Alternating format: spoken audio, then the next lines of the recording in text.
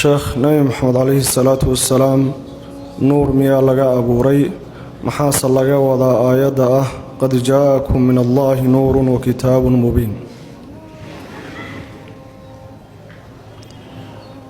nebi maxamed sala allahu calayh waaalih wasalam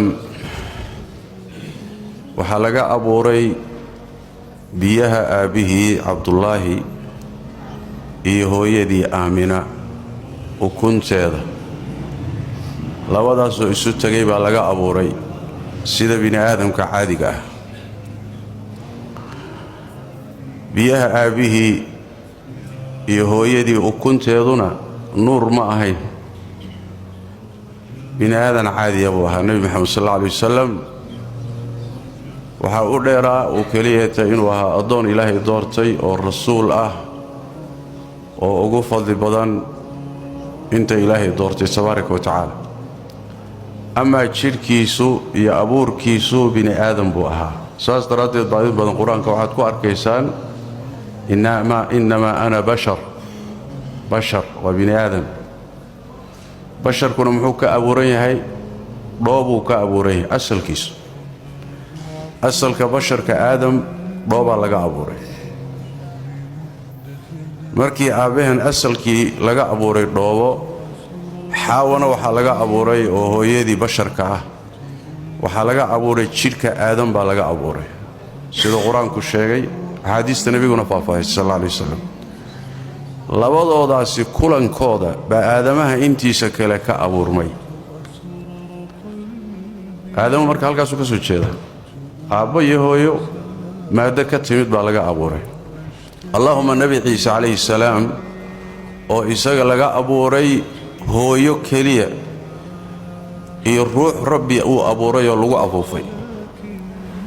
marka nebi maxamed sal alla alay wasalam wuxuu ka abuurnaa wixii aadamuhu ka abuuran yahay, waana laysla ogol yahay masaladaasi, khilaaf kuma jiro cinda alculamaa'i almuctabariin. ama aayadda qur-aanka waxaa khilaafay horta qodobka isaga ah qolo jahalo ah oo dariiqooyinka suufiyada ka midoo quluwi ku sameeyey nebiga sal alla alay wasalam, oo mooday nebiga in la yidhaahdo nuur buu ka samaysan yahay ammaan inay u tahay.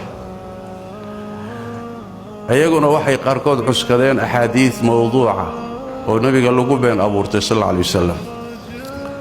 nebiga sal alla alay wasalam been abuuradna ammaan uma aha. xadkii ilaahay dhigay in la dhaafiyana weynayn uma aha. saas daraaddeed buu nebigu uhi sal alla alay wasalam ha igu xadgudbina siday kirishtanku ciise ugu xadgudbeen oo kale. waxaad i dhahdaan addoonkii ilaahay iyo rasuulkiisa, anugu addoon ilaahay iyo rasuul umbaan ahay. saas daraaddeed ammaan uma aha in la yidhaha nebiga nuur buu ka abuurnaa, been la sheego, lagu been abuurto, shareecadana lagu been abuurto. ammaanna ma aha, weynayn nebina maaha sal alla alay wasalam. marka nebi maxamed sal alla alay wasalam wuxuu ka abuurnaa waxa aadamuhu ka abuuran yahay. nuur buu ka abuuran yahay haddii la yidhahdo malaa'ig buu noqonaa. saas daraaddeed baa xadiidka muslim waxaa ku yimid nebigu inuu yidhi sal alla alay wasalam khuliqat almalaa'ikatu min nuur wa khuliqa aljaannu min maarijin min naar wa khuliqa aadamu mima wusifa lakum. malaa'igta nuur baa laga abuuray, jinkana waxaa laga abuuray holac naareed, aadamna waxaa laga abuuray waxa qur-aanka laydinku sheegay oo maxay ah? oo dhoobada ah. marka nuur buu ka abuurnaa haddii la yidhaahdo malaa'ig buu noqonaa. malaa'igtaa nuur ka abuuran. qodobka markaan intaas kaga gudubno, aayadda qur'aanka qad jaa'akum min allaahi nuurun wa kitaabun mubiin, mufasiriinta badankood waxay leeyiin nuurku waa nebi maxamed, kitaabun mubiinna waa qur-aanka.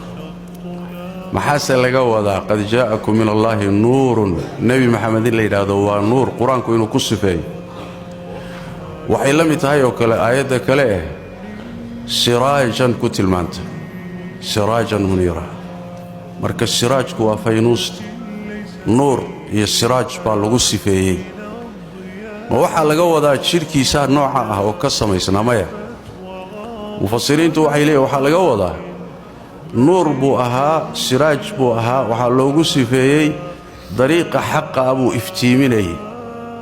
cidda ku iftiinsanayso raacday shirkiga iyo tawxiidku u kala iftiiminaya xaq iyo baatilku kala iftiiminaya sunnada iyo bidcadu kala iftiiminaya jidkii buu iftiiminaya oo noloshu waa mugdigaasi nuurkaad ku mari lahayd iyo tooshkaad ku mari lahayd iyo siraajkaad ku mari lahayd waa nebi moxamed sallallahu alayhi wasallam oo la raaco marka cadaynta uu qeexayo xaqa qeexayo ayaa waxa lagu sifeeyay sidii waxa laga dhigo lagu sifeeyay sidii iftiin oo kale isagoo nuur oo kale macnahaas laga wadaa ee lagama wado isaga ka abuurna waana sida axaadiista nabiguna qirayso quraankuna sheegayo culimada tafsiirka iyo xadiidkuna ay mareen way wallahu a'lam